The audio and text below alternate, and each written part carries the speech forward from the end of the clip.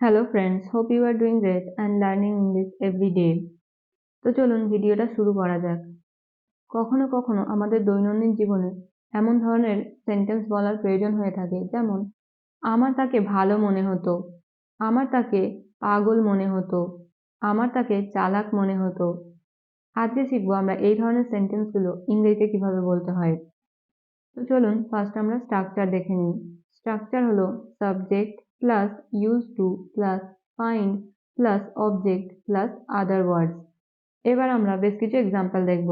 First হলো আমার তাকে ভালো মনে হতো, I use to find him good, I use to find him good. আমার তাকে বেকার মনে হতো, I use to find him useless, I use to find him useless. তার আমাকে পাগল মনে হতো, he use to find me mad, he use to find me mad. আমার তাকে চালাক মনে হতো, I use to find him clever, I use to find him clever.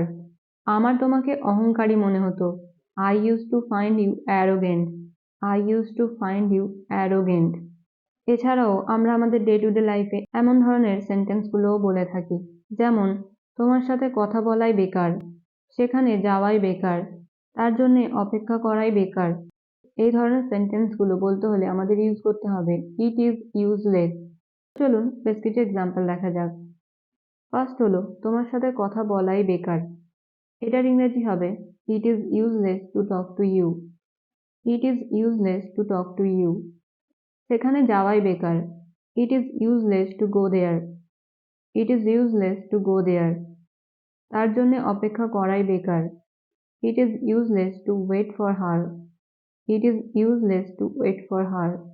তাকে টাকা ধার দেওয়াই বেকার, it is useless to lend him money, it is useless to lend him money.